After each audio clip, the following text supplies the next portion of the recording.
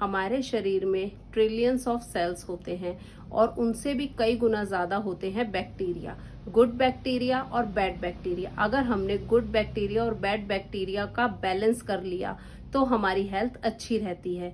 अगर आपको किसी भी प्रकार का स्किन इशू है तो आपको अपनी गट हेल्थ इम्प्रूव करनी पड़ेगी। और अगर आपको कोई भी डाइजेस्टिव इशू हो रहा है तो आप जानते ही हैं कि वो आपकी गट हेल्थ से जुड़ा हुआ है।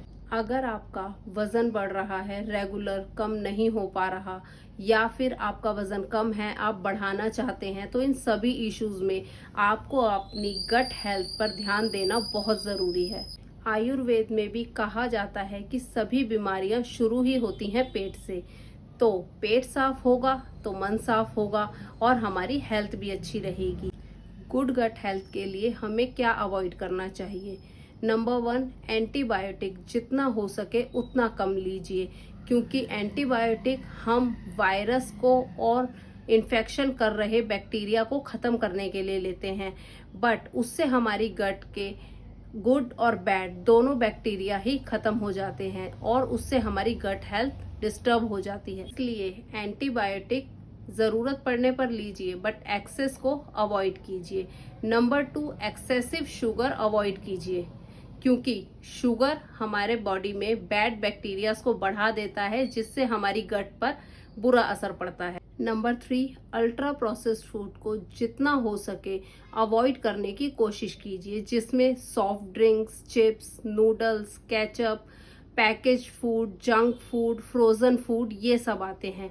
ये सब फूड हमारी बॉडी में इन्फ्लेमेशन को बढ़ा देते हैं, जिससे हमारा इम्यून सिस्टम डिस्टर्ब हो जाता है। हमारी गट में मैक्सिमम इम्यून सिस्टम होता है और फिर हमें इनडाइजेशन, गैस, ब्लोटिंग और अलग अलग तरह के डाइजेस्टिव डिसऑर्डर्स की प्रॉब्लम होती है। नंबर 4, अनहेल्दी फैट अवॉइड कीजिए, क्योंकि इससे हमारा गट डिस्टर्ब हो जाता है। अनहेल्दी फैट में सबसे पहले आता है trans fat, process fat process food में और फ्रोजन फूड में होता है, जिससे उसकी लाइफ बढ़ जाती है और हमारी कम हो जाती है। तो कम कर दीजिए pizza, burger, frozen food. Number 5, alcohol. Alcohol के एक्सेस कंजप्शन से हमारा लीवर तो डैमेज होता ही है, साथ में हमारा गट भी डिस्टर्ब हो जाता है। Number 6, smoking. अगर आप अपनी गट हेल्थ को अच्छा रखना चाहते हैं तो स्मोकिंग से दूर रहें। Number 7, caffeine. कैफीन का एक्सेस गट हेल्थ के लिए अच्छा नहीं है। कई लोगों को आदत होती है 4 से 5 बार चाय या कॉफी पीने की। अगर आप ऐसा कर रहे हैं तो उसे धीरे धीरे कम कर दीजिए।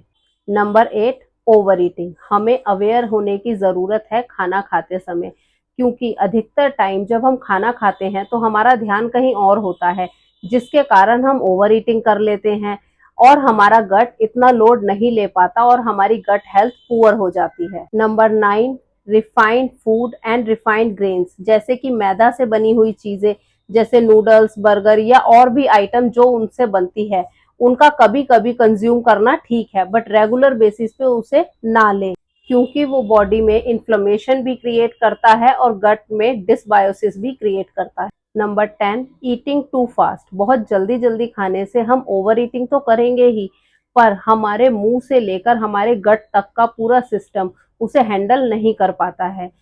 इमेजिन कीजिए, आपकी जितनी कैपेसिटी है चलने की, अगर आप उससे तेज चलने लगेंगे तो आप गिर जाएंगे। ऐसे ही जब हम फास्ट खाते हैं, प्रॉपर चबा चबा कर नहीं खाते हैं, तो हमारा पूरा गट गड़बड़ा जाता है।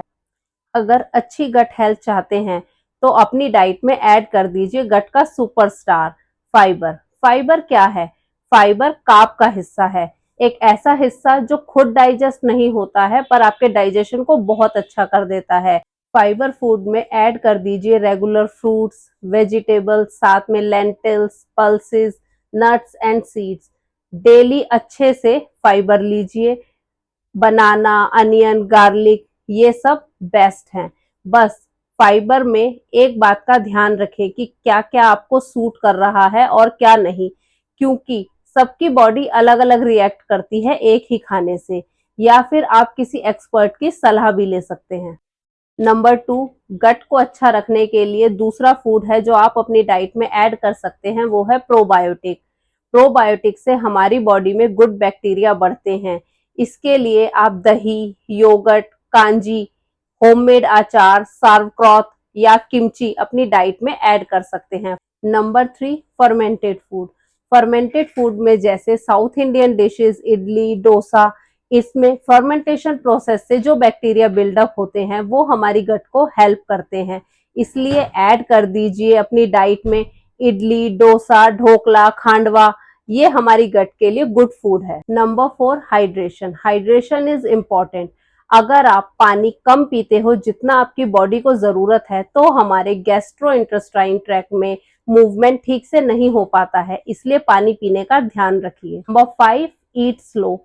हमें खाते समय ध्यान रखना चाहिए कि जितना हो सके हम खाने को चबा चबा कर खाएं, जितना हो सके खाने को लिक्विड फॉर्म में कन्वर्ट करें, क्योंकि हमारे मुंह में मैकेनिकल डाइजेशन होता है और पेट में जाकर केमिकल डाइजेशन होता है।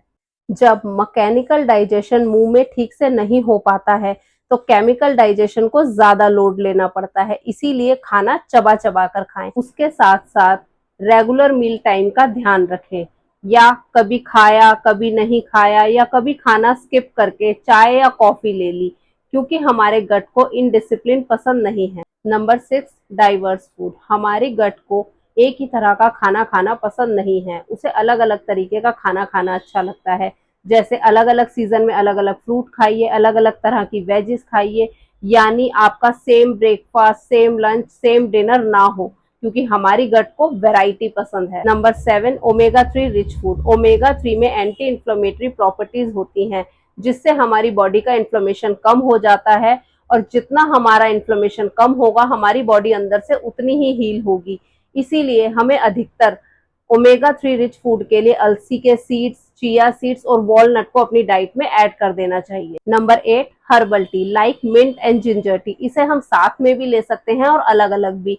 मिंट हमारे डाइजेशन डिसऑर्डर को ठीक करता है और जिंजर इनडाइजेशन, नोशिया और ब्लोटिंग को रिड्यूस करता है। इन सबको ऐड कर दीजिए अपनी डाइट में अपनी गट को इम्प्रूव करने के लिए। बस आप ध्यान दीजिए कि आपको क्या सूट हो रहा है और क्या नहीं, या आप किसी एक्सपर्ट की सलाह ले लीजिए। आपके कोई क्वेश्चंस और डाउट हो तो मुझे कमेंट कीजिएगा। Follow for more tips.